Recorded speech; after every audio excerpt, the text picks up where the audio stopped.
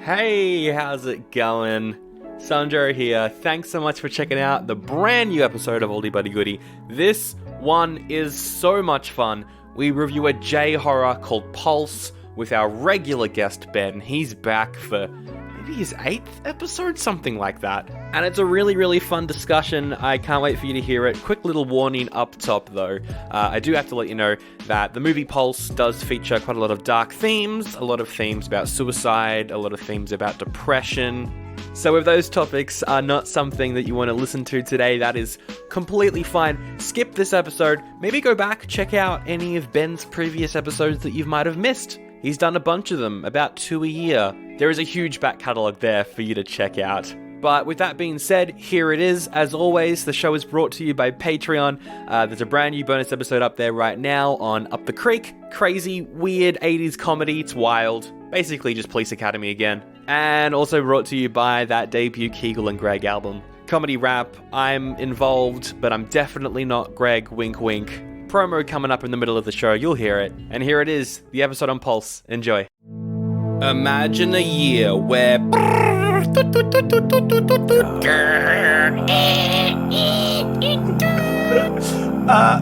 Sorry, Sandro, you seem to be breaking up there a bit. What year was that, sorry? The year is 2001.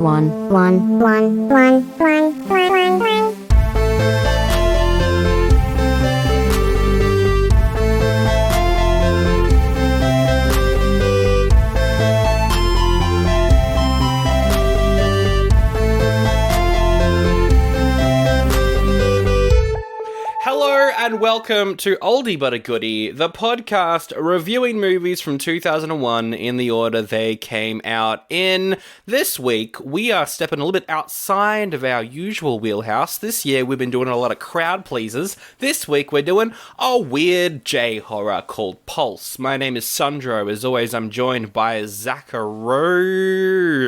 What? As I'm commonly known on the streets. And joining us this week is Ben Naru. That's me. Volchok. What? Sure, why not? Anything goes. And you know, when Ben shows up, we're doing something a little bit artsy, fartsy, and good. Don't say that. It was a fun movie. Yeah. I enjoyed it. The movie's called Pulse or Kairo, depending on the language. Japanese horror. One of the scariest that we've done, I think. That opening, half hour is probably the scariest thing we've ever done on this podcast. Because most horrors that we do are dumb.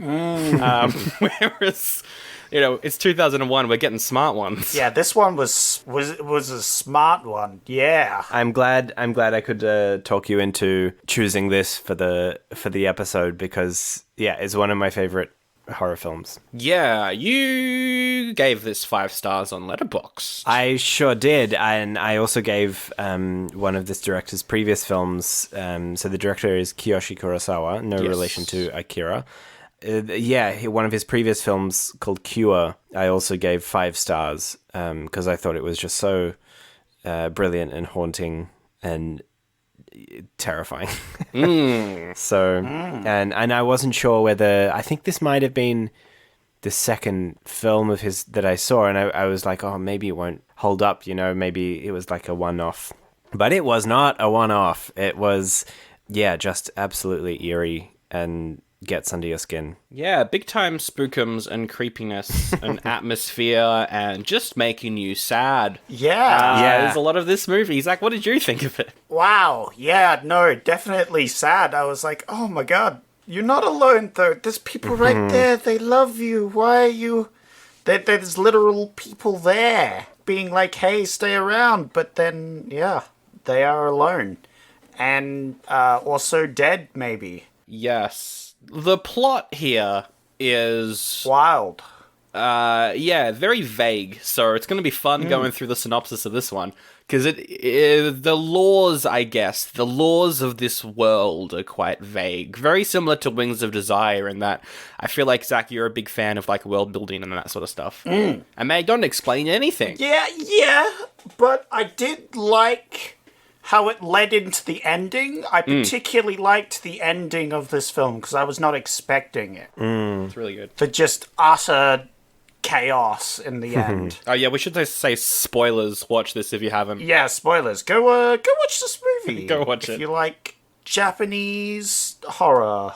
Or just horror in general. Or just any horror in general. Yeah. It's incredibly atmospheric. I don't know if you don't like films that are like maybe a little bit slow and atmospheric, but I feel like this draws you in. Like there's some films where you sort of have to be on their level. I feel like this sucks you into its level pretty immediately. Yeah, I mean, most Japanese horror, well, all the ones that I've seen, particularly from this era, are very slow. Yeah. The dialogue doesn't really mean anything. It's all about what you see. It's the same with, like, Ring, which I saw earlier And this The Grudge, even. The Grudge is a bit more of a popcorn movie, but it is Well, also... it depends. Like maybe the American remake, but the original like direct-to-video Grudges and the original Japanese Ju-on, because there's so many of them, but the like original 2002 Japanese The Grudge, which was directed by a student of this director's. So that checks out. Yeah, Takashi Shimizu, who did the Grudge series, was a former student at film school of Kiyoshi Kurosawa. This I feel like there's a real kind of J-horror pace and feel, but I think this and potentially Cure as well are the ones that kind of cement it and maybe take it to a new level. I will say my one thing I have against this movie is that it's long. Okay. Yeah. But I think it would take away from the movie if you took that away. Yes. So it's hard for me to criticize it. Otherwise, I quite enjoyed it a lot. And as you said, it like draws you in quite well, which is, I feel, the one thing that a lot of artsy movies sometimes do wrong, is it's long and it doesn't quite draw you in at first. Sure. It doesn't, like, get you into the movie very well. So you have to kind of be committed to watching it to get really into it, sort of thing. This movie does a good job of... Oh, well, it tricks you into thinking it's an actual proper horror film at first. And then you realize, oh, wait, hang on. This is a sad psychological horror film. Yeah. Yeah. I mean, I don't even know that it's, like, I feel like it's more than just a psychological horror film. I think it's just that it's an atmospheric horror film. Yeah. But I feel like it's genuinely still, really bores into the deep wells of your soul. Yes. In that regard. Yeah, I guess, like, it's a horror film all throughout, but at the start, you're like, oh, it's like, it's more of a I see what monster you mean. horror film at the start. Yeah. Yes. With the scene on the boat, you mean? The boat, just the one in the basement room is the one. Oh, yeah. I got tingles. I was like, oh my, this is spooky. Oh, yeah. We'll jump into it, Zach. I chose this movie. What else came out this week in 2001? So the other options we had was Ginger Snaps, a horror film about two teenage sisters who go a little far with their fascination with death.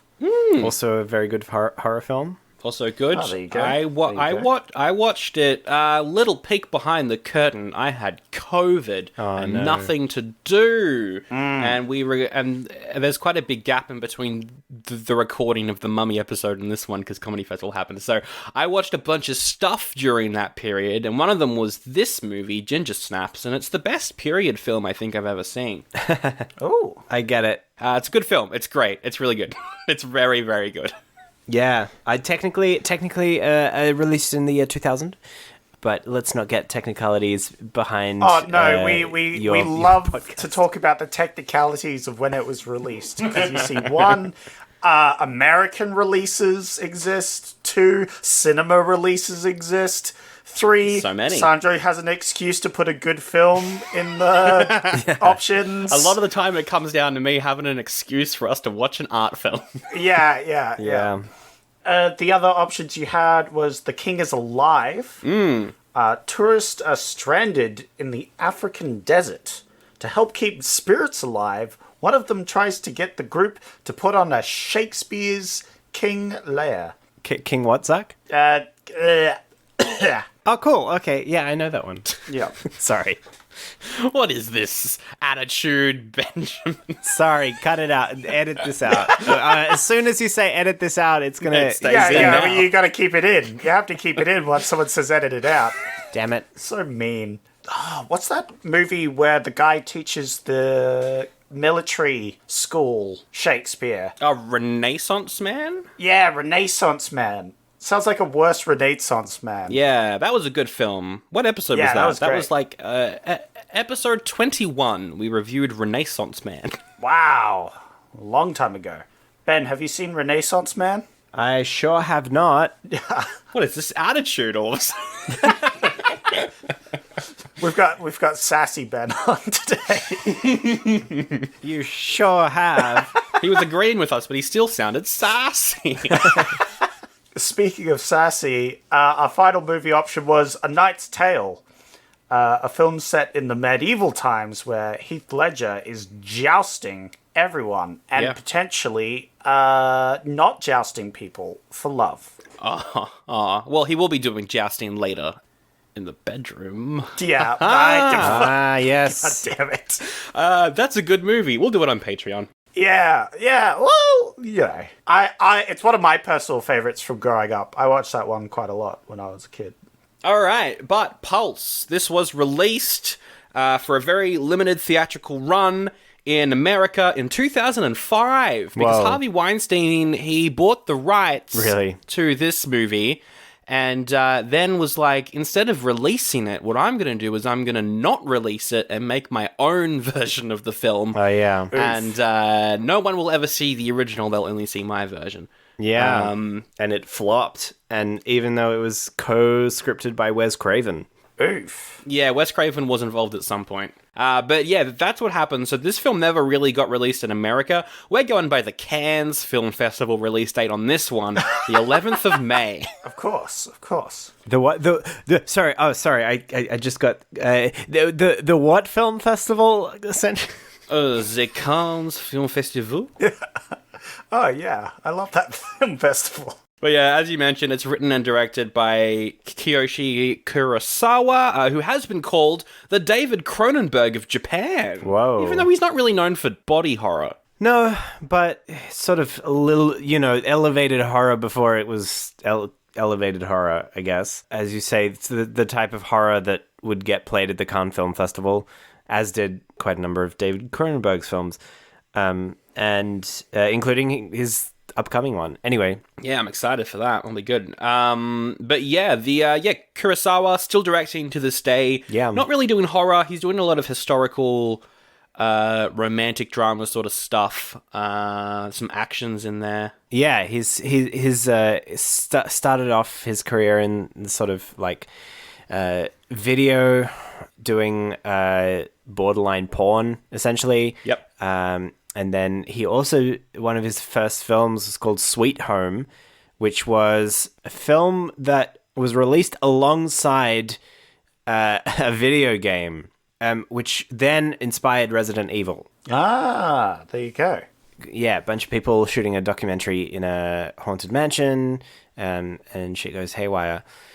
But yeah, he's made a whole number of very interesting, often very creepy films. Yeah. So went from softcore porn to gaming to horror films? Something like this. Okay. Just clarifying I heard that right. Wow. Yeah. What a diverse career. For the cast, Kumiko Aso plays Mishi, who's, I guess, our first lead. We kind of have two leads in the movie because it's kind of two separate stories that eventually intersect.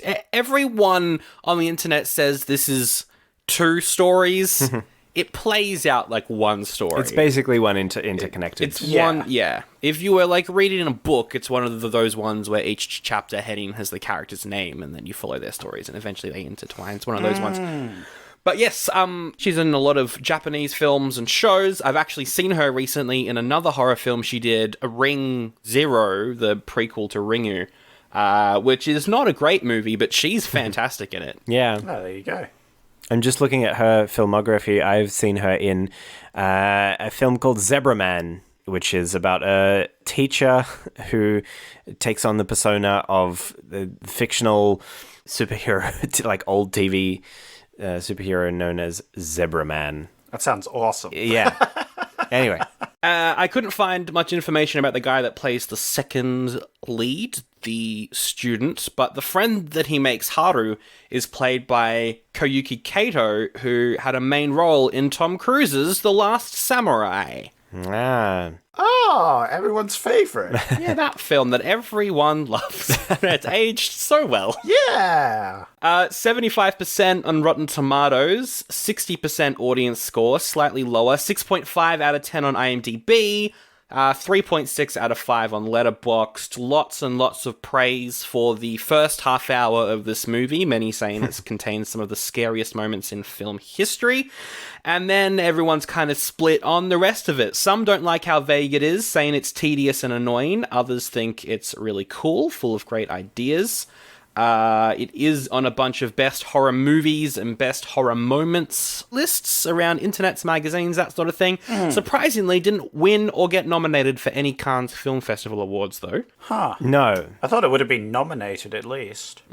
I think automatically being entered into the festival nominates you, technically.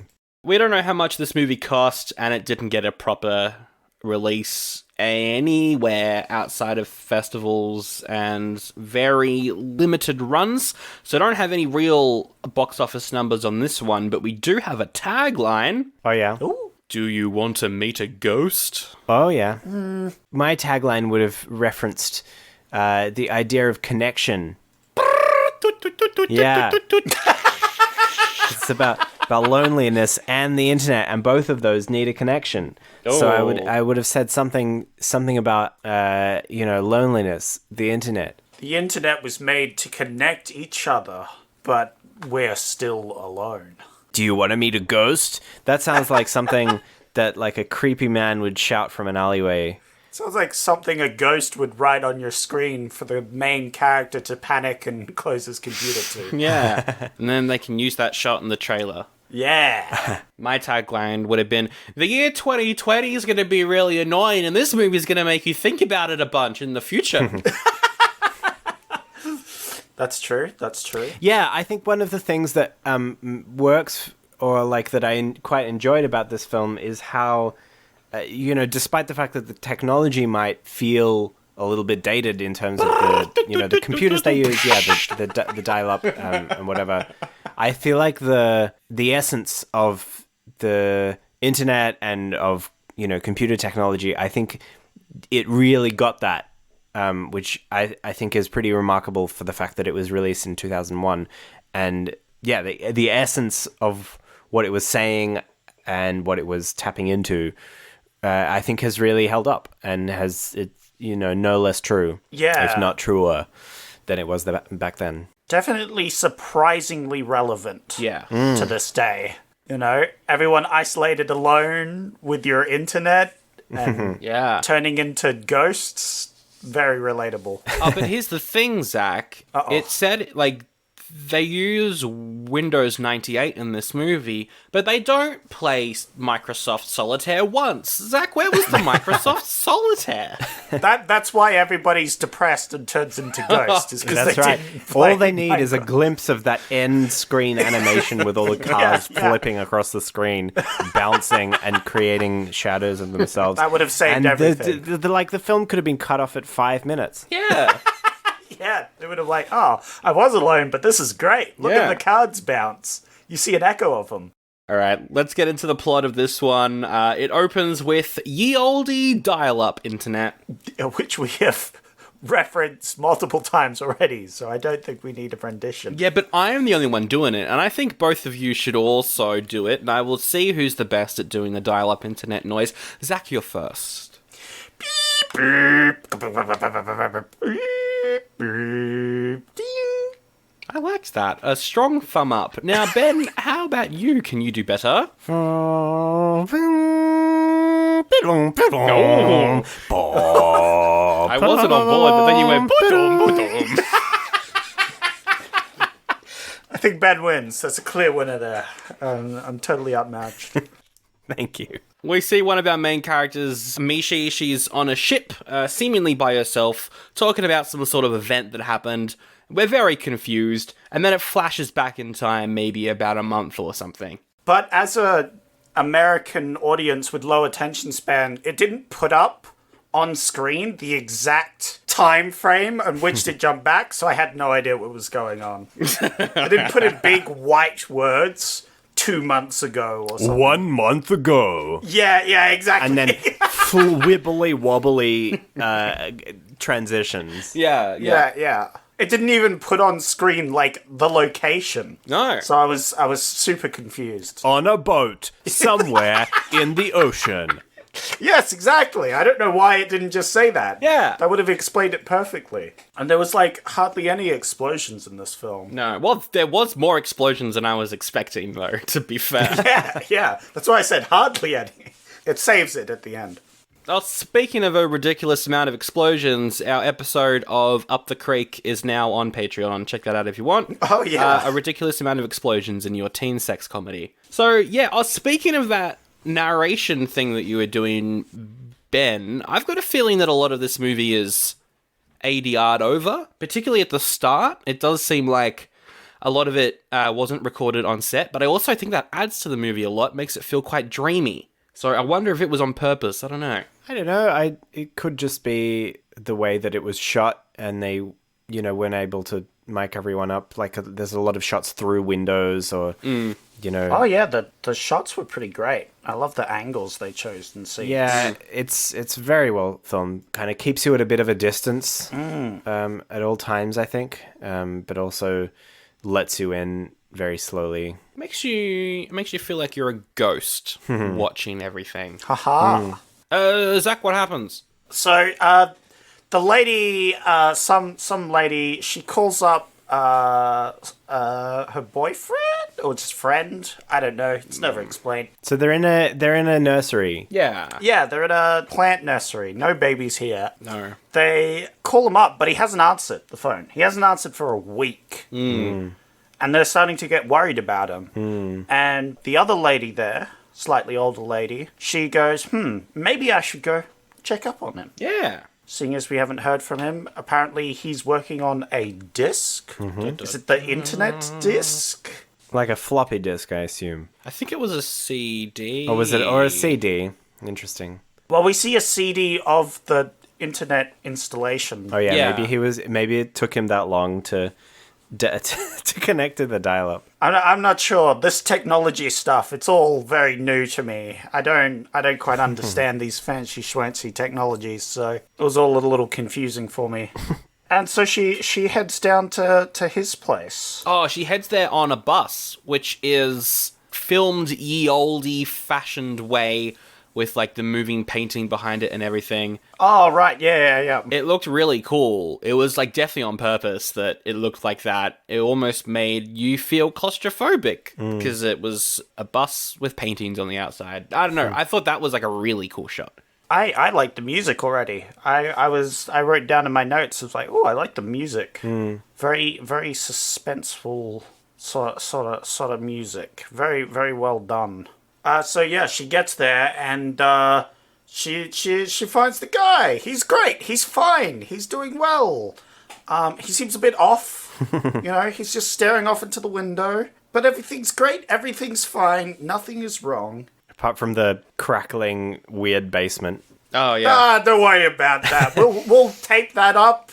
Tell no one to go in there. Everything will be fine. Yeah, he seems fine. He's just standing behind a curtain next to the window. Yeah. Oh yeah, staring out. Yeah. Yeah. He picks up some cables. He's fine. Look, that's what I do all the time. I like standing in, like, dark corners of the house, just looking out the window, but only with half my face Yeah. staring out. Oh, and whenever I stand up as well, I like to go broop.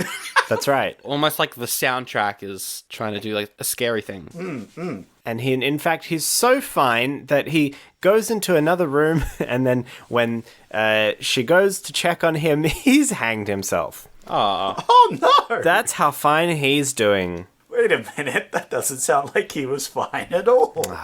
And so all of his co-workers are like, I wonder if it's got something to do with this disc he was working on. So they load it up and they see a picture of his apartment. Yeah, his sort of basement place. They're also a little bit upset. I'd like to point this out. You know, you make it sound like they're like, oh man, that's weird. Why did this happen? Oh, guess we'll go check out this disc he was working on. No, they're rather upset about the situation. They are quite They're scary. like, oh man, why did this happen, you know? One of them is like, it's almost like that movie Ringu, but instead of a VHS, it's this floppy disk. One of them said that, and I was just instantly just pulled out of the movie. It was a bit weird. Or should I say pulled into the movie, Well. like the girl coming out of the TV and pulling you in. That's a terrible joke. I'm cutting that. Cool. No. Edit that out. Oh, See, I said no, the words now edit I've it gotta- out. You can't edit it out. Now I've got to leave it in. It's okay. You edit it. You can do it. I won't. You won't. It all stays in. Everything stays in. Much like the tape in a VHS. It stays in. Nice linking. Anyway, this is the point where we then cross over to our second main character. Well, hang on. Before you move on, what was on the screen? Oh yeah, it was a picture of the room Yeah. and the computer, which had a picture of the room with the computer, Yeah. which had a picture of the room with the computer, which had a picture of... Yeah, and etc. That was Yeah. pretty cool. I liked that. Oh, and a face on the monitor. Oh yeah, there was a face on the monitor. I wrote down, they did the can you enhance that? Enhance. Zoom in. They did do that. They did. I was hoping you'd notice that as well. Ah, yes, the power of technology. I loved back in the day where we could enhance on things and zoom into pictures. It's a shame we can't do that anymore. G'day, Kegel here from Aussie rap duo Kegel and Greg. I write funny songs with my true blue bestie Greg, who sounds a lot like Sandra from the podcast you're listening to right now. Coincidence? I think so. This episode of Oldie But a Goodie is brought to you by our debut album, Keep 'Em Wondering, which is out right now. Here's a sneak preview of one of the songs. The dynamic duo from the suburb that's Easton. And to our day one fans, this is for you, that's why we're singing. G'day, g'day, tell me how you going today. G'day, g'day, tell me how you going today. G'day. Oh my goodness, that sounded so good. I'm gonna have to go listen to Keep 'Em Wondering by Kegel and Greg on my favorite music streaming platform right now. Cheers, enjoy the rest of the episode. Bye. Anyway, we're introduced to our second character, Kawashami. He is a student, an economics student, and he's loading up some internet on his computer. And the name of his internet provider is Uranus. Oh, I didn't notice. I didn't write that down at all. I didn't see that. Wow, that's an interesting fact. I did though write down the quote he said while he was installing the internet. He's reading like the terms of service or whatever, and he says, "What's this crap?" Yes, I agree. Oh, yeah. I was like, "Hey, that's relatable." So some things have not dated at all. yeah. Even to this day, that's the most modern thing in this movie, I think. Yeah, obviously the name of the internet service provider Uranus, obviously a reference to the famous internet service provider Planet Butthole. Yep. Oh yeah, I use that service all the time. Anyway, what happens with him, Ben? What happens with this side of the story? Well, he tries to log on to the internet, but instead of just normally opening up, it just randomly opens up a web page, just out of nowhere, and the website is just an ordinary run-of-the-mill website where just people has videos with people looking weird and being alone in their rooms with plastic bags over their heads. What is this, Reddit? No, dude, it's Twitch. It's Twitch. That's right. Ah, right, of course, yes, because they've got videos. So there's videos of slow moving people standing in their rooms and Oh yeah, this was very creepy. And so he's like, well, that was weird, and logs out and then goes to sleep. Yeah. This is the internet, huh? Seems weird. Time for bed. That's pretty much what happens. And then, he goes to sleep, but then while he's sleeping, it turns itself back on. And shows more disturbing videos. Probably getting hacked. They did a really good job with those videos, because it's like the videos in the film, like you already get a sense that is sort of, gonna come back, and it's gonna be a greater part of the world of the film. But for now, even though they're just like some random ass creepy videos on the internet, they still feel so connected to the film, and obviously the people that we're following now essentially become people that you would see on those videos. Yes. Yeah. Yeah, because I think at first you think that they're the ghosts. You're like, this is weird. What's this? Like a glimpse into the other life. But as we realize later, maybe they're just lonely ghosts. Lonely ghosts. So he goes to ask for tech help after his computer turned on in the middle of the night, and meets one of our other main characters, Haru, and she's like, here's what you gotta do. You gotta print the screen. Yeah, she's like an instructor, like a computer instructor at a college. And she seems really friendly, really outgoing at this point in the movie. Great character. I liked how he takes notes and stuff. He makes sure to write down exactly what she says, which is quite good. Exactly what she says is, click on the icon. Yeah. And bookmark it. Oh, yeah. That's it. Easy as that. We got a bunch of other stuff, like a spooky phone call asking for help. Help me. Yeah, we hear that throughout the movie. Very creepy. Which I think is connected to the Plastic Bag Man, who has "Help Me" written all over the walls. I had to Google what that was. Yeah. So he's the one that keeps appearing on that guy's computer on the internet. Yeah. Is the Help Me guy. He's just sitting in front of a wall that's graffitied with "Help Me," and he's got a plastic bag over his head, a black plastic bag. Really striking imagery. Really good stuff. Yeah, it's I'm like still like flicking through it now, and it's just like, Yeah. It's funny how much this kind of stuff like really taps into, the later internet urban myth stuff. I mean, you obviously had earlier films like the Blair Witch Project, but later on with stuff like Slender Man and all this kind of, I suppose, creepypasta and things like that. I really evokes all of that, I think. Yeah, it's very ahead of its time in that sense. Very creepy pasta internet sort of stuff. Yeah. But before that was really super popular, I think. A lot of J-horror leans into that as well. The urban legends. Yeah. The Grudge and Ring are both that as well. Yeah, true. I think that it plays a lot on kind of more collective fears and collective traumas and things like that. The Grudge, obviously a very prevalent trauma metaphor and things like that, but the way it is shown to affect everybody, I suppose, is part of what makes it so effective. Yeah, seeing the people in this slowly resorting to despair and like loneliness was pretty jarring. Yeah, so he goes back home, tries to do the stuff with the computer, but he ends up seeing the Plastic Bag Man, but he manages to print the screen, I think, so he's got the address or something, which is important. But then we cut over to the other storyline. One of the other co-workers in the plant place receives a spooky phone call, that Help Me phone call.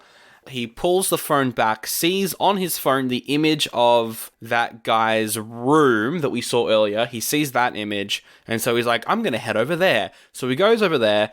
We see this, like, black stain on the wall. Oh, yeah. Where the guy hung himself. Yeah. Oh, it's... fuck. Ugh. we also find a piece of paper that has the words "The Forbidden Room" on it. Which is incidentally a great film by Guy Madden, released in 2015. Completely unrelated. Guys, just don't go in rooms that are called forbidden. They're forbidden for a reason. Just don't go in them. Yeah. But he does. He sees a room with red tape on it, and he's like, I'm gonna go in there. And this is the scariest scene in the movie and from a lot of horror films. I feel like even the scene before that was pretty fucked with when he goes, he sees the black stain, he turns off the light, comes back, turns on the light, the guy's fucking there again. Yeah. He goes up to him, starts talking to him, and then we cut back with the camera and he's just standing there talking to the fucking stain on the wall. That was good. Oh, yeah. That was so creepy. Jesus Christ, I need a shower. Yeah. But yeah, he goes into the forbidden room and a ghost is down there. Yeah, pretty much. And the ghost is scary. Oh, and then there's all the like red stuff on the walls as well. Yeah. That looks very much like blood. It's so weird because I'm not sure if they filmed her walking towards him and then slowed it down, or if the actor is purposefully walking slowly. There was something really uncanny about that sequence that's unlike anything else I've ever seen. It looks kind of slow-mo. Yeah. But then I don't know, I think maybe it's just she's walking that way. Yeah, I liked how the room slowly got more visible as he went into it, and it was sort of revealed the tape on the walls and the sort of red blood Yeah. or something, whatever it was that was in there. And then, yeah, the lady, and he ducks under the couch or whatever, and he looks down, but he can't see the legs where she's walking. Yeah. But then you see the top down with the hands, like, creeping over, so she's still there. Terrifying. Yeah, and then he doesn't show up to the nursery, and his two co-workers are worried about him. Yes. And then he comes back. Yeah, he eventually comes back, but he's acting quite tired and weary. And at first I was like, well, the ghost must have coughed on him and he got COVID. And it's like, I went to the forbidden room. Yeah, why did he do that? Don't go into the forbidden room, people. In the name of the room. Yeah, it's very simple. It's in the name of the room. It's called the forbidden room. Yeah. Why would you go inside of the room when it's called the forbidden room? You'd think that they'd call it the forbidden room thinking that someone would read the name of the room and then decide to not go into the room on the basis that it's called a forbidden room. However, this guy's a moron. He did the exact opposite of what it said in the description of the room. The description and the name of the room are the same. Forbidden. Yeah. Anyway. I agree wholeheartedly with that whole sentence. I feel like a lot of heartache could have been avoided if you had just not gone in the room. Misha gets a call from that guy that went into the forbidden room, and so she's like, all right, I'll go over to your house and see what's up. And she does, and there's a black mark on the wall. He's turned into a black mark. Oh no, he's dead. Oh, shit. Meanwhile, her friend, the only other surviving co-worker, because they're all dead at this point, the only other surviving co-worker walks into a red-taped room, and we see Spooky Hair Ghost. Yeah. This ghost has flying spooky hair. Yeah. Wee! That's the sound the hair makes. Yeah. As it flails around. And then she gets scared so much that, scared poopless, one might say, Don't know why they'd say that. that she not only acts incredibly depressed, but also absolutely freaked out for the rest of the movie. Yeah, so are the ghosts killing people? Or are they just making them so depressed that they kill themselves. That they kill themselves? Yeah, I think so. I think that's what's happening. Yeah, because we don't ever know, we just hear people's theories on it. And one of them was talking about how, like, the afterlife has gotten so full that ghosts are bleeding on over. Oh, yeah, so that they sounds- don't want more people to die. Instead, they're trapping them in their loneliness or something was a line I think that we get later on. Oh, yeah. So I'm not sure if they do die. But then later on, they bleed, they start taking over the world, essentially. Yes. Yeah. The ghosts, yeah. Definitely not what I expected, but very much appreciated. But we're getting ahead of ourselves. Yes, yeah. And that's when we cut back to the student. The student chases a spooky kid through the library. Oh, yeah, I don't know what that was about. that was bizarre, because there's also... he meets this other student, right? Yeah. Who is very bravo about the ghosts. He's very like, oh, hey, you see that ghost over there? Yeah, I can see it too. Must mean it's real. Hey, you want to go chase it? Go chase it, man. Gotta go get that ghost, you know? Yeah. I'm going to explain the plot a bit later. It's not going to make much sense. Don't worry about it. I think that's also when we learn that he is... he doesn't believe in ghosts, and if he sees a ghost, he will refuse to believe that that person is a ghost. It's quite adamant on that. Good stance to take, I feel. The city's really empty now. There's barely anyone around Tokyo. Yeah. Things are disastrous. Yeah, so it's like a apocalypse. A ghost town, you might call it. Ghost town! A pulse town! No, that doesn't work as well. No. Leave. Or it's Cairo town. Egypt. Cairo is in Egypt. Yeah? There's actually a lot of people there. Yeah, where were you going with this exactly? I don't know. The Japanese name for this movie is Kairo. Oh, I see. Anyway, yeah. Yeah, agreed. It was very interesting. So this is the heaven overflowing apocalypse, where heaven overflows so ghosts come in and just erase people from existence. By making them depressed. I was like, whoa, what is going on? This is crazy. Well, they don't make them so depressed that they kill themselves, though, because not everyone who dies in this movie does it through suicide. Some just turn into dust. Yeah, what if they're losing the will to live, Sandro? Oh, the dust is the will to live? I think you're overthinking this. I don't. Yeah, probably. How far? I'm lost now. Where are we up to? We're up to the student realizing that Haru is acting a bit weird. Now she's acting a bit weird. Yeah. So she like he goes to the college. She's missing. Yes. Yeah. He goes to her house and yeah, she's outside, distraught.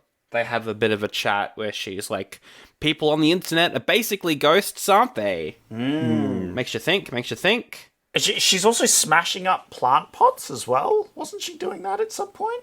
Yeah, she was. Yeah. Yeah. And so, where did they decide to go in the end? Because they decide to leave, right? They're going to take the train. Yeah, I think they just decide to go. Yeah. They're just like, it's time to go. So they go to take, the train out of town, out of the city. But it stops. Also, empty trains in movies, very just unsettling.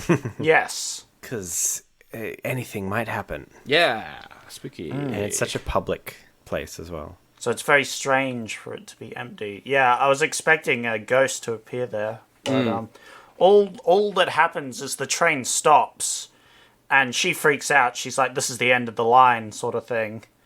And he's like, no, it's fine. It'll start up in a second. I'll just go check on the driver. So he gets up and leaves her on her own. And I'm like, no, don't leave her on her own, you idiot. Because, of course, she immediately just gets up and leaves. And he's like, oh, crap, where did she go? So then he goes off looking for her. Meanwhile, Mishi, her friend who saw the spooky hair ghost, she also doesn't want to be left alone and just kind of evaporates into black mark. Yep. And then the mark gets picked up by the wind. Yeah. Just like turns around for 1 second and then boom. Yeah. Oh my god. That one was quite disturbing because we saw beforehand she sort of spent the night comforting her and like trying to help her, and then in the end none of it mattered. Yeah. It's just like she turns into like black mold or like Yeah. some, Yeah. Yeah, mold is a good description. Yeah. Do we see more of the destroyed Tokyo when he's going to look for Haru? I think we do as well. We see like the arcade. Oh, yeah. There's like because there was a scene earlier on in the film where he's at this like arcade, and then later on he goes through and the arcade is abandoned. So Haru's gone home, and if you thought the couch ghost scene was scary, this one might just be as spooky. Because she goes home, she turns on the TV, and she sees some plastic bag man take off the plastic bag and then shoot himself. Yeah. And then the screen turns into a live stream of her house. Yeah, of like her sitting there looking at the screen. And of course she does that thing where she turns around but there's no one there. There's nothing there. And she turns back and she can still see the screen with herself in it. It's very well shot. The music, everything just amps up and up and up until like she gets up and goes to where the stream is, which is just a spot in her room. And then she looks straight at it and says, "I knew I wasn't alone." And then she hugs air. There's ghosts. So all the streams are ghosts watching people. Yeah. And you see the ghosts POV, I guess. Yeah. So she's gone, and now he's like, yo, everyone's gone. He walks around Tokyo, and yeah, there's no one around. Yeah, he robs a vending machine. Oh, yeah. And that's a crime, sir. You're on a list now. As soon as everybody gets unraptured, you're getting arrested for this. How dare you, sir? I think Mishi she robs a convenience store. Yeah, Is she that the one way to does. survive in this world? If you do one robbing crime, the ghosts won't get you. Yeah, they're like, we don't want to mess with them. They're hard criminals. The criminal. Yeah, he's walking through the city. He sees a car, a pulled over car, and she's inside it, and Michi's inside of it, and they're like, oh, the two stories have combined. They turn to the camera and they say, looks like the stories, they'll become one. It was very weird. I hated that moment. This chapter has both of our names in it. They decide to take off and find evidence of anyone that they can. Oh, yeah, they're like, hey, let's go find your friend, because they get to talking, and she's like, so do you know anyone? And he's like, yeah, I got this friend, but don't know what's happening with her. And she's like, well, why don't we go find her? And he's like, oh yeah, fair enough. Unfortunately, they do find her. The sequence of events to finding her is weird, because they go to her apartment and look out the window and are like, there's an abandoned factory over there. Let's check that out. It's not really what I would do if I was looking for someone, is look out the window and see an abandoned factory and go, let's go there. Well, it's a place to start. Well, it turns out it's the right place because she's in there. Yeah. But she's walking around with a bag on her head. Mm-hmm. And then she takes off the bag, and then she shoots herself. Yeah, she's walking around with a bag and a gun. Yeah. So, was she dead beforehand, though? Well, as she said earlier, there's no difference between the dead and the alive. Ah, Oh, very yeah, true, because the very alive true. are all on their computers, which makes them ghosts. Yeah, true. So they're like, oh, that was sad. I guess we're the only people left in Tokyo. We're going to drive out, but they need gas. So they eat a bunch of beans and start farting. Is that what happens? That's Is exactly that- what happens, yeah. Oh no, sorry. I was confusing this with Blazing Saddles. Haha. The movies are practically the same, so... Blazing pulses. Pulsing Saddles. Pulsing saddles. That's probably a product out there somewhere. So, they decide to do the best thing in a horror movie, which is split up. Yep. Where he goes to get the fuel and she stays there. I'm like, alright, one of them's gonna die. Which one do I think it is? The answer to that question was the guy, as it turns out, because he goes to a fuel pump. It's a literal pump where you have to pump the fuel out. Yeah. Fair enough. Kind of weird that the pump was making the dial-up noises as well. I was like, it's aged weirdly. He goes to put the cap back on the fuel, but oh no, he drops the cap. And it's the loudest cap in existence as it rolls across the ground right into... I mean, it's a very, echoey factory. Yeah, I'm just saying that was a very loud cap. Very dramatic cap, I would say. And it rolls straight into the doorway of a what appears to be recently opened door with tape still around it. The red tape! Yeah. Is this meant to be the original? Oh no, it isn't the original red tape room. Because we saw a flashback to a room that had red tape on it. That might have been the first one or something. It might be, because it has the guy that's supposed to be like the first one that manifested, right? Oh, okay, yeah. So maybe it is that one that we see in the flashback then. Yeah, because there's the flashback of the guy talking to the construction worker who gets the tape, who tapes up a room, but then the room had an internet cable attached to it. That'll do it. Yeah. Yeah, so the ghost escaped into the internet. I think we see that place demolished in the flashback. I'll have to go back to the Oh, tapes. yeah, that's right. So I guess it's not the original one, but yeah. But yeah, he walks into the room and there's a ghost and the ghost talks to him. This is a very classic horror movie. Like, just leave the cat behind, bud. What are you going to use the cat for? You're about to abandon this car on the road to get on a boat to leave. Like, just let that creepy cat go into its creepy room, and the ghost can have fun with it. Yeah. It's his now. Just leave. Oh, there's some great moments in this scene, though, because he walks in, we see the ghost, he's got, like, a blurry face, which was really effective. Also, he says to the ghost, he's like, I refuse to acknowledge death. I don't believe in you, ghost. Yeah. And then he walks up to him, and he can actually touch the ghost? Yeah. I was like, this is crazy. He, like, tries to shoo away the ghost to, like, firm his belief that it doesn't exist. Yeah. But unfortunately for him, he, like, puts his hand on him and it's there. And he's like, oh shit, if I can feel it and touch it, it probably exists. Yeah. Like, you could see this, like, shock as he realizes this thing exists. And we don't really see how that interaction ends, because then we get Michi running into the room, seeing him there and being like, all right, we're going to go get back into the car. And then he stands up and we see the black stain where he was sitting down. Yeah. What does it mean? They grab the canister of petrol, fuel up their car, and start driving around an even more desolate wasteland than it was before. Everything looks a lot grayer. It's like dead bodies on the streets. And then they arrive at the pier. They're like, fuck, what do we do? Like, is this it? Is this the end? And then they try to go back or something, and then a building explodes. Yeah, they see a plane, like, career down. Yeah. Oh, yeah, that's right. It's like a weird precursor to 9/11. So they're like, well, I guess we should just leave here.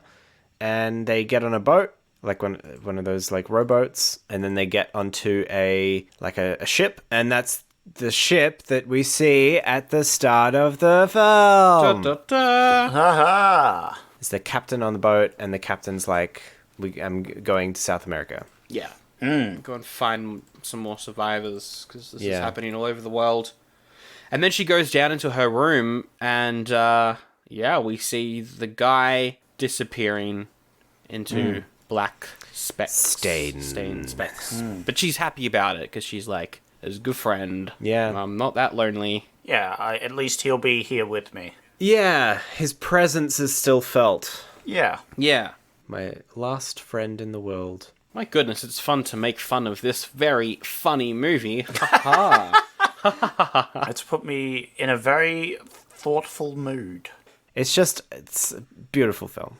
It's really well done. And it leaves you a lot to think about. It's not really the sort of movie where you watch it and then you get to the end and you're immediately like, I've got to go watch that again, you know? Oh, so many twists and turns, everything now makes sense, I got to go watch it again. It's not one of those ones, it's more one of the ones where you get to the end and you're like, then you think a bunch. You sort of take the whole thing in all together, and it kind of works as a feature-length poem in a way. Yes. And maybe you'll go back to it in like a year and you'll unravel more aspects of the movie. Yeah.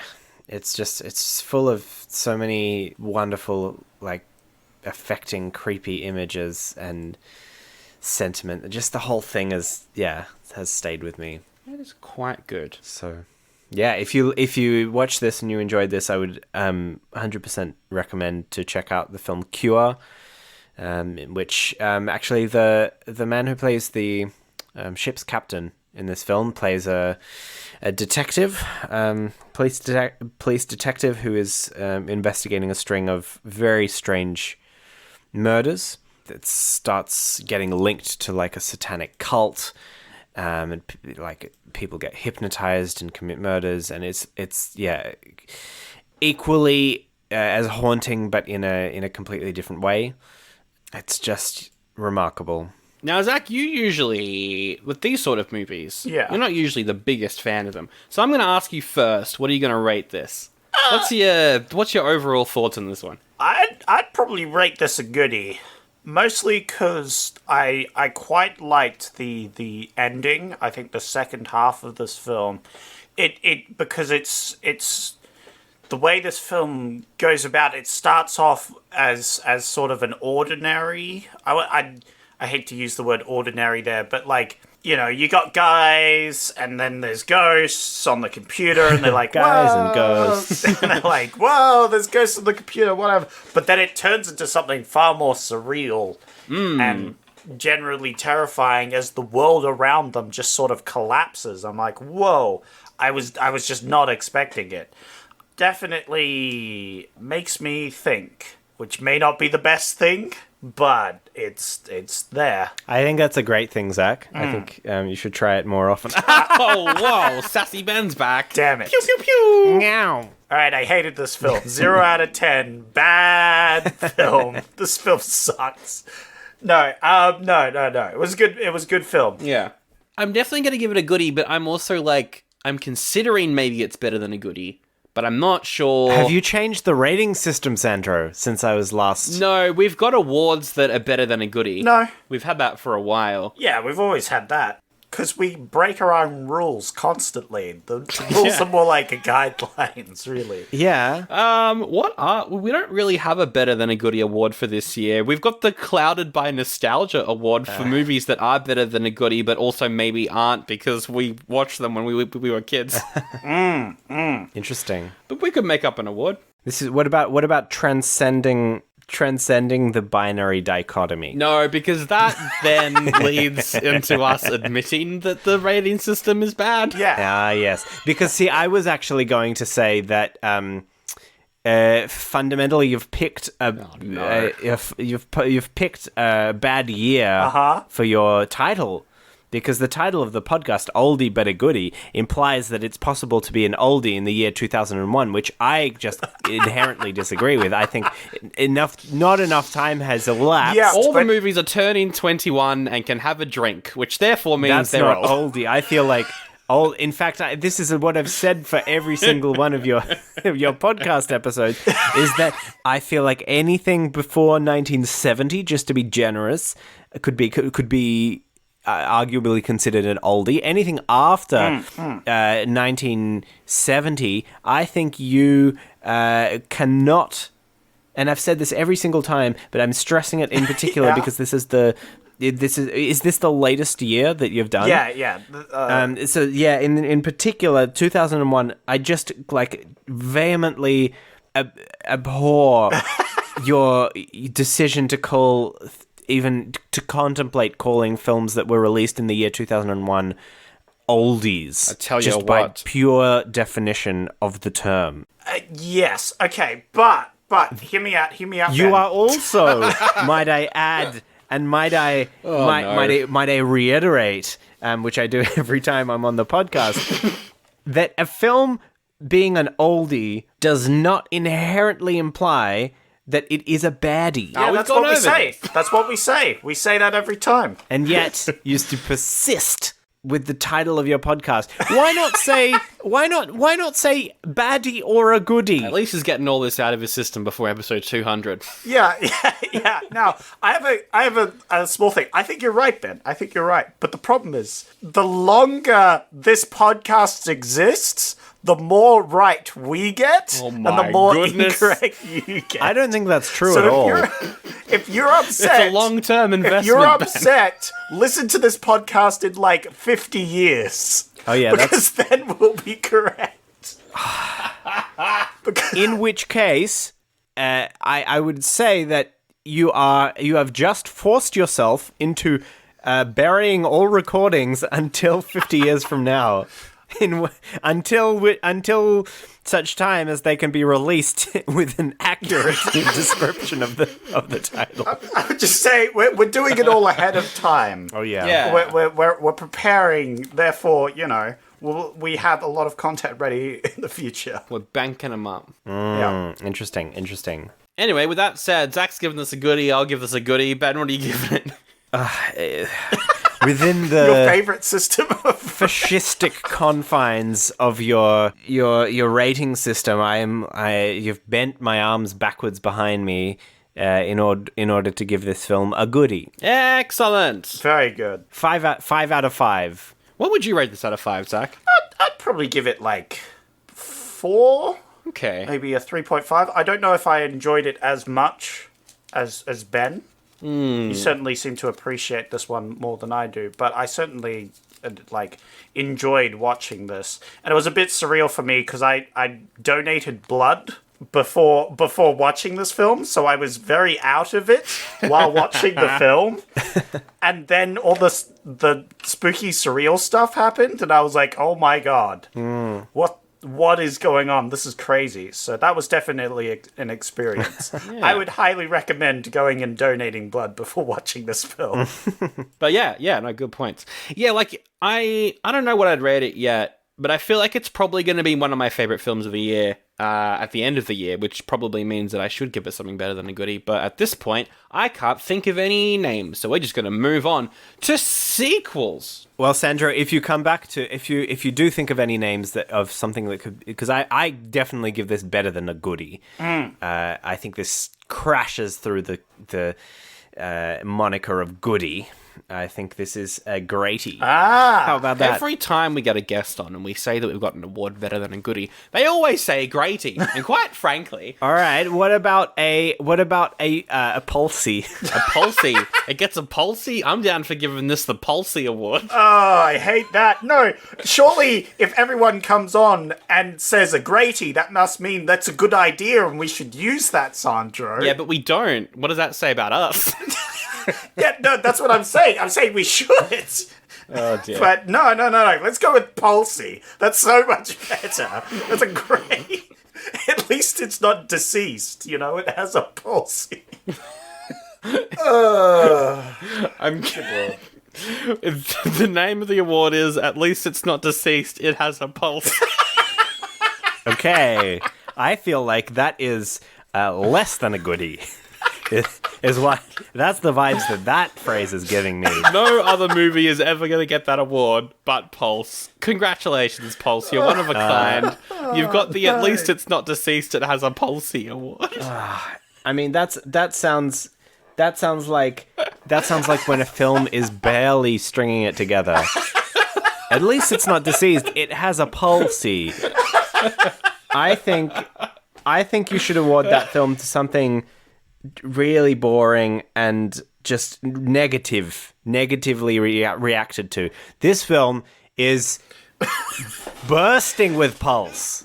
At least it's not deceased. It's bursting with Pulsey award. Not only is it not deceased, but also it is bursting with pulsey. Wow. Also, it's bursting with Pulsey. There we go. Let's call it just for shorthand, just call it a bursting with pulsey award. Not only is it not deceased, but it is also bursting with Pulsey award number 1. No other movie is ever going to get that award. That's only for Pulse. So congratulations to the movie Pulse for that award. All right, sequels. There aren't any direct sequels to this film, but in 2006, as mentioned, we did get an American remake, which stars Kristen Bell, which probably means it's watchable. That's where you're wrong. I don't know. I haven't seen it, but it did not do very well. It made a profit, but just enough. It didn't make a profit enough for it to get actual sequels. It just got direct-to-video sequels. But yeah, they made that. I reckon, Zach, we should do a bonus battle with Ben. Oh, no. That's the American remake of Wings of Desire and the American remake of Pulse. Oh my Oh god. my God. I refuse to watch either of those. What is it? City of Angels. City of Angels God, with that Nicolas sounds Cage. like torture. I'm not gonna do that. You are more than welcome to, and I can sit there and be sassy, but I'm not watching the films. You can, you can be on the episode without having watched the films. Okay. Just a second. just listen to us talk about them and going, oh God. Yeah. And I can ask questions about it. I'm down to make that. Yeah, you could be the mediator, you know, you decide which one is better. Which one I, based on your descriptions of them, which one I would be least likely to not watch? Yes. Yeah, there we go. I'm down to making that happen after our Patreon summer series. We can, All right. we can do that. Absolutely. Hello! Welcome to 100 Horrors, a comedy podcast that seeks to rank the best 100 horror films of all time, as dictated to us by a poster that one of us owns. Every week, we bicker over another film in an attempt to give it an overall scare factor and secure its place in the 100 Horrors list. With features such as...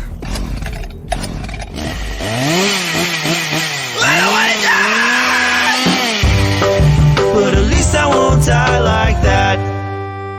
And... What would you say to them at the funeral? We take a light-hearted approach to horror cinema so that it can be enjoyed by even the most squeamish of listeners. So whether you're the person who's never seen a horror film in their life, or the person who has a tattoo of Leatherface on the right arse cheek, there's something to be enjoyed in every episode of 100 Horrors! Anyway, because there aren't any direct sequels to this movie, we've got to make one ourselves. Now, Ben, we're doing something different this year because we are covering 2001. Sequels are out of date. No one cares about sequels. Everyone cares about crossovers. Everyone wants to make the next Jason versus Freddy. Everyone wants to make the next Alien versus Predator. Okay. Everyone wants to make the other examples that can definitely think of.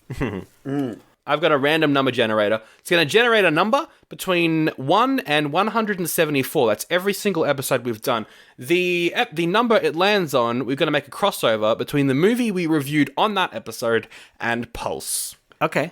So hang on. So is this every episode for this year or for last year? Just in general. Just every episode on the show. Ever. Up till this point in time. Correct. Got it.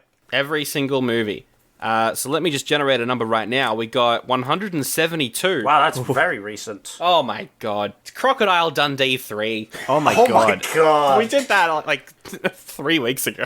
Yeah. Crocodile Dundee 3 meets Pulse. Crocodile Dundee. He God. doesn't understand how the internet works. Yeah, he gets sucked into the internet. Oh my God.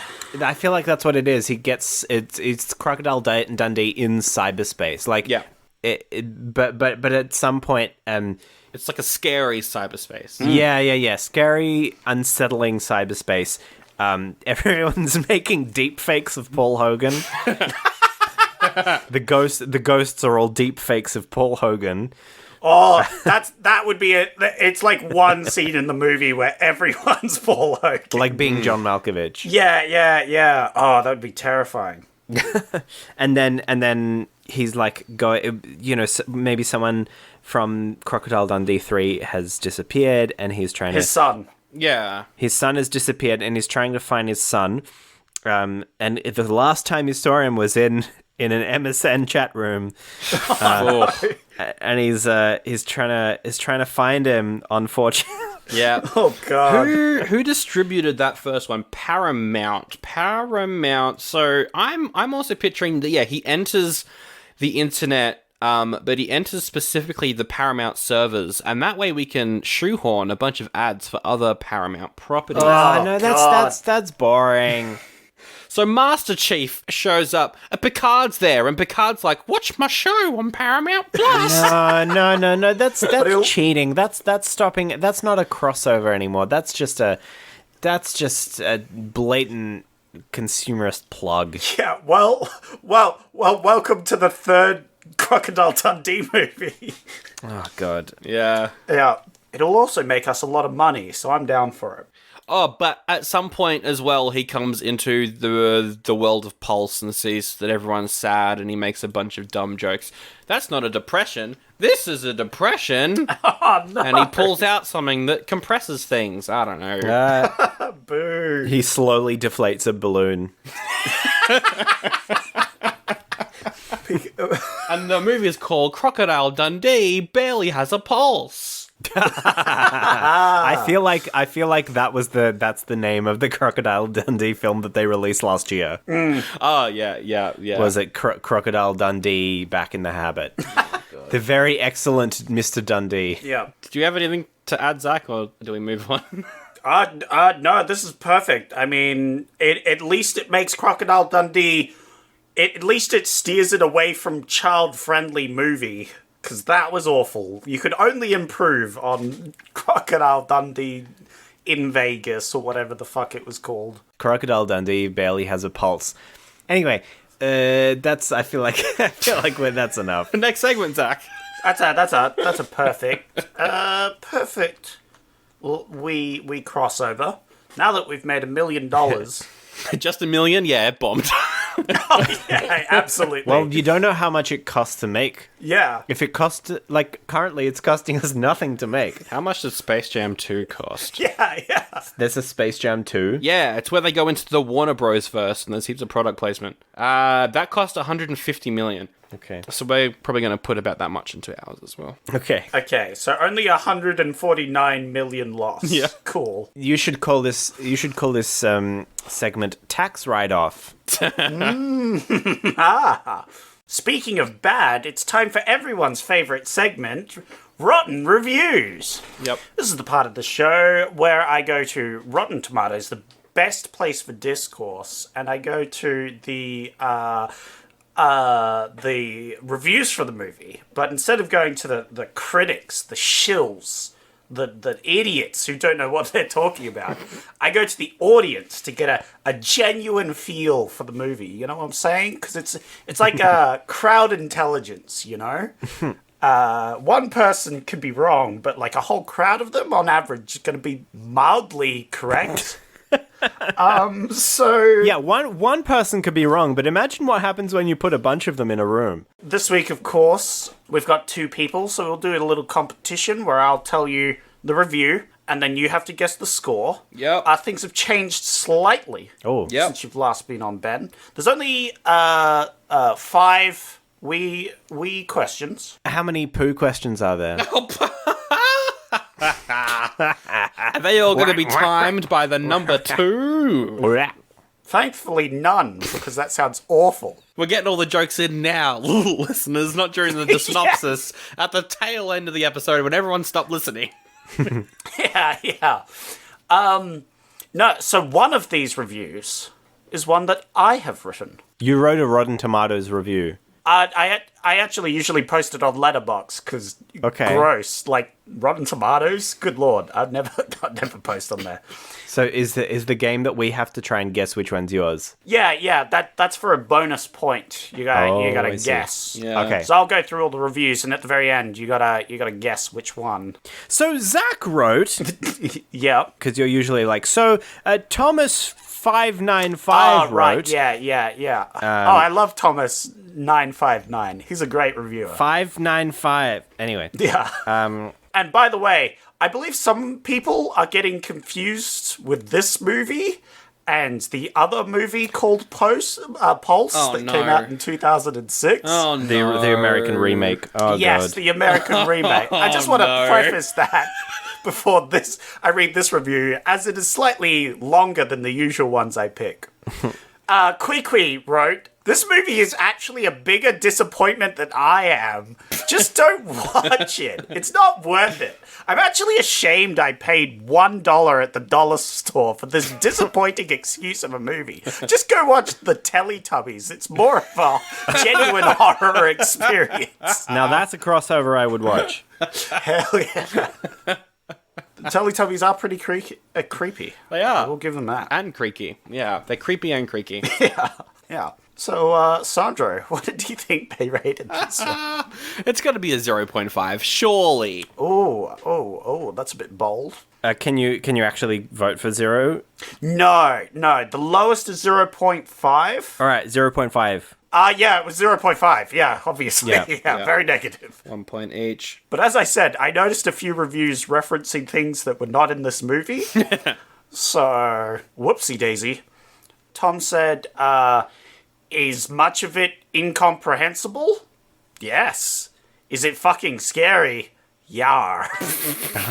Interesting. To me, that's a contender for a Zach review. You know what? Yeah. Look, I reckon that's a 4 out of 5. 4 out of 5 is a good guess. I'm going to say 3 because they're acknowledging that they didn't understand it. See, I'm relying on the fact that they were so wowed and so scared by, and that affected them more than the incomprehensibility. Well, I'd say it's somewhere down the middle. Because it's 3.5. And going by closest wins, we both get a point. Yeah. You both get a point, which means you're still tied. Yeah, Hell we're yeah. still tied on 2 points. We have Robert, who says, a good, eerie movie. It's confusing, but good.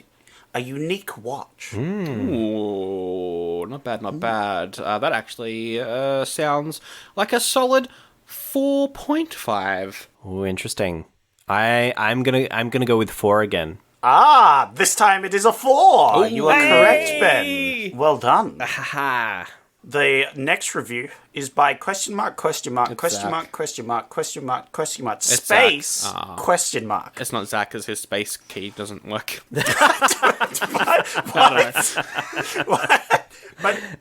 My space key seems to work perfectly. I don't know what. Meta knowledge. Yeah. Questionable. It says, make me a headache. Make me a headache. Yeah. Okay. My instinct was like a 2. I feel like 1.5 or 2. Screw it. Let's just go with a 2.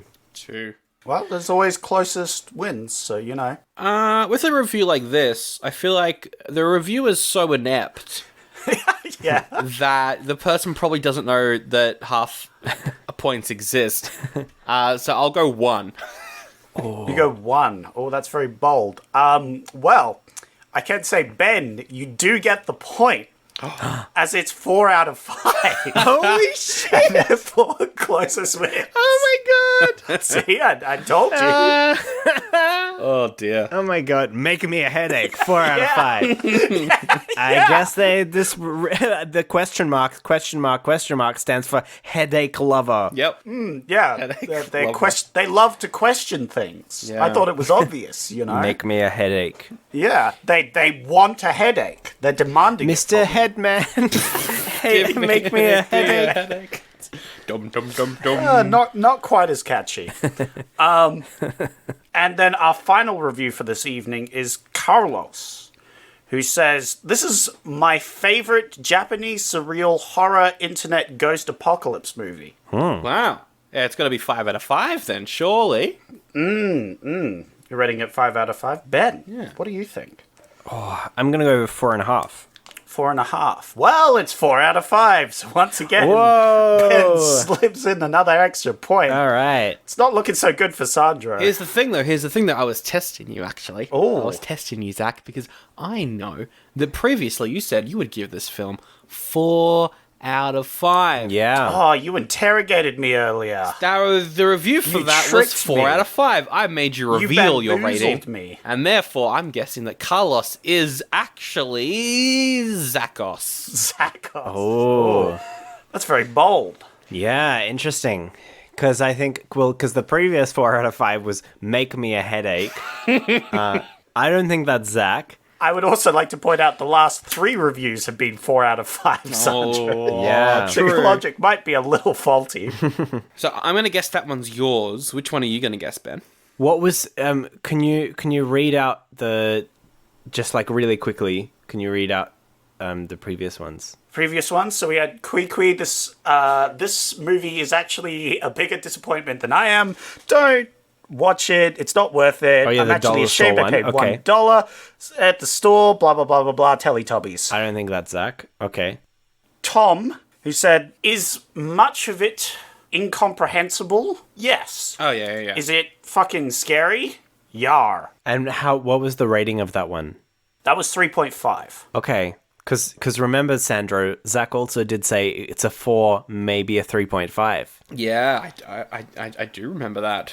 So I'm gonna go that one. Sandro was in fact right. Yeah. It is Carlos. Ah, there you go. It was the last one. This is, in fact, my favorite Japanese surreal horror internet ghost apocalypse movie. Hell yeah. I think it might be mine too. There you go. Nice. Well, that means that, I end that round on 4 points. Ben ends that round on 5 points. Woo! The winner over here. Although technically, Zach, Ben got it wrong and therefore loses a point, right? No, not in the doubles. Not in the doubles. Yeah, fuck you, cunt.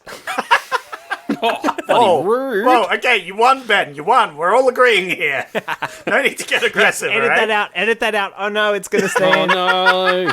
And if you want to hear Ben say the word cunt again, check out the Kegel and Greg album. Because Ben does say it on that album. Anyway, that's the episode right there. Ben, you've got a show coming up in New Zealand. Oh, wow. Yeah, if anyone's in or around Wellington, I'm gonna be doing a show also about an apocalypse. It's called The Final Hours Hour, and it is set in a bunker where my character is doing a radio show after the end of the world. It's 14th to the 18th of June at Bats Theatre in Wellington. If you know anyone who lives in Wellington, if you yourself live in Wellington, you can find details about that on the Bats Theatre website, on my website. Yeah, please come along. I am scrambling to get people to come. Very good. I'll call up my grandmother. I just visited her in Wellington the other week, actually. So I'll call her up. I'll recommend it. Yeah, Zach's grandma, come to my show. She'd love it. There you go. Well, Sandra has seen it. Do you reckon, Sandra, Zach's grandma would enjoy my show? Yeah. Hey, Zach's grandma, come to my show. I'll send this to her. Yeah. She'll be on board. Sounds great. But yeah, that is all there. Links in the episode description as well to your Twitter and Instagram, all that jazz, as they say in the movie industry. Doobie-doobie-doo. I'll make sure to link his TikTok. He's got a great TikTok. Can highly recommend. TikTok, Twitter, Instagram, my website, benvolchok.com. Although after watching this film, I would not blame you if you decided to switch off the internet forever. No. Well, yeah, because when you do go to your website, the first thing that pops up is the Forbidden Ben. That's right, the forbidden page. Yes. Which is not a redirect to Two Girls, One Cup.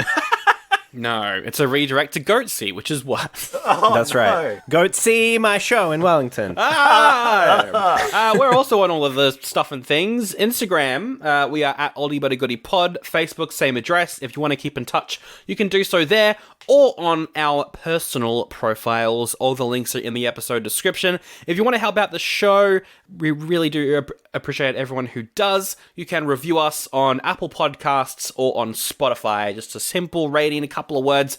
That'll help get new ears on the show. If you've got some spare cash lying around, patreon.com/Oldie Buddy Goodie Pod. Get some bonus episodes and the ad-free feed of this show. Speaking of bonus episodes, Up the Creek, up right now. Memento, we are reviewing that next week, which will be fun. You mean you're reviewing it last week? Yes. Time. Am I right, fellas? Shout out to Josh Cake for our theme song. Shout out to our network, That's Not Canon Productions, for everything that they do. And shout out to Zach, because you got to pick next week's movie. Oh, wow. Oh, I got a shout out. Nice. I haven't had a shout out in my own show before. That's pretty great. All right, go hit us. Tell us your picks for next week while I sit back and glibly judge them. Well, there's a lot of options this week, so I was kind of hoping that you'd read out every second option with me, Ben. Okay. Zach, you got so many options. Your first option's called About Adam. Oh, hey, that's me. No, you're Zach. Oh, well, my last name is Adams, so I just assumed it was about me. No, it's just one of them. Oh, okay. That's just one Adam. My bad. Yeah. It's a rom-com about the effect a seductive young male has on 4 siblings. No, that's definitely about me. Really? Did you fuck your sisters? No, it's the effect of a young man has on some other siblings. I don't think they're his siblings. I hope not. Oh, God, I don't want to do another incest film. Not again. Another incest. Yeah, we've done one before, honestly. It was not a good time. Oh, God. Pass. Moving on. Ben, tell me the next one.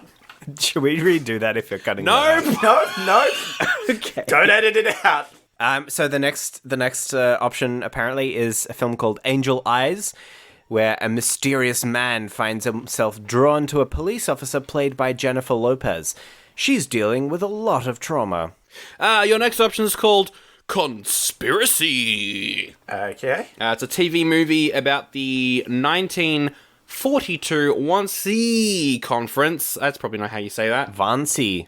Which was a meeting of senior officials from Nazi Germany and the SS. All played by Americans, I think. I think Kenneth Branagh is in it. Yeah. All right. It looks all right. And then the next film is Moulin Rouge! Aha! Which, with the exclamation mark. Yep. It's an Australian musical by Baz Luhrmann about a young poet who falls for a cabaret actress. And it stars Nicole Kidman and Ewan McGregor. Your other option is called Shrek. It's some Pixar, wannabe animation studio. They made a movie about, fantasy cliches. That guy from Austin Powers is in it, apparently. I didn't know he did anything else. Uh-huh. Yeah, he was in Wayne's World. Aha. Oh, that's right. That's a good movie. Speaking of good movies, what's our last option? How did you know there was only one option left? That's a bit sus. Your last option is Turbulence 3 Heavy Metal, in which Satanists hijack a heavy metal concert that's happening on a plane, and hackers use the internet to try and help. What? The internet? Why, that sounds so fantastically tied in with this week's episode. I'm sure that's going to be the film you end up picking. That does sound incredible. Even if you don't pick it, but that's going on a list. That has to go on a list, yeah. Are you going to... Now, if you do end up watching this film for whatever godforsaken reason, will you be watching Turbulence 1 and 2? Yes, probably. Oh my god. I'll watch it. I'll sacrifice my time and effort to watch those 2 films to get some sort of context. The movie Turbulence had some sort of connection to something I watched recently, and I can't remember what it was. Snakes on a Plane? No, I think that the director did something that I saw. Robert Butler. The director of Turbulence. It's the same director as Up the Creek. Oh, God. God damn it. Well, I'm not picking it for this week, that's for sure. We'll save that one for a later date. Moulin Rouge is very, very, very well known. Yeah, it's a good movie. I've heard of that one. Yeah, good movie. About Adam, I don't want to talk about again. Angel Eyes. You got J-Lo, you got Nazis. Yeah, Conspiracy. Hey, that's set in 1942. Would that count, Ben? No. For our podcast?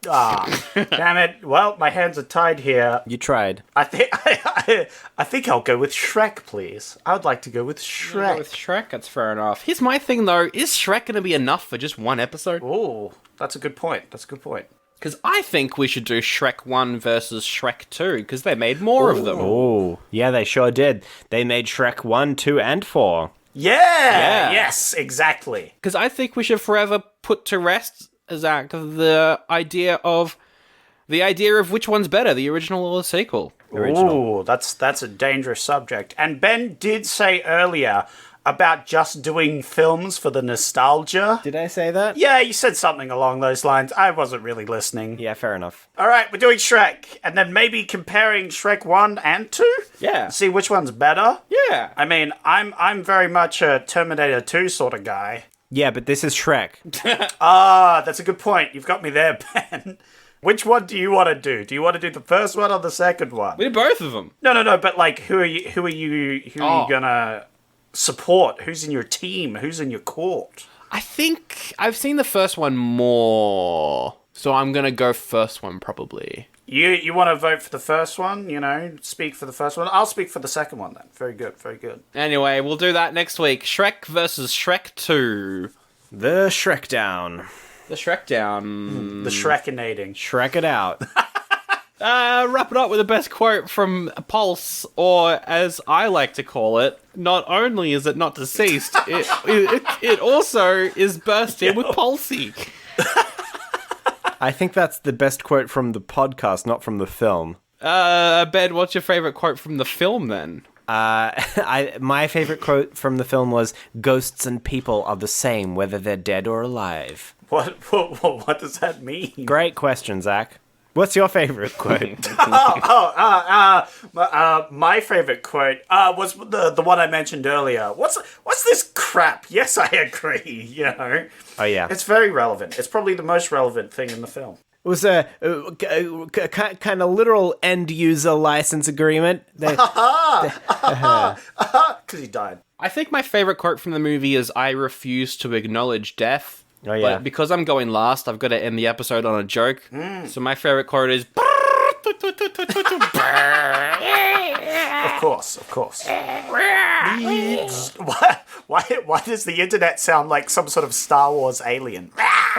yeah. Jar Jar beeps. Boo. I hate that.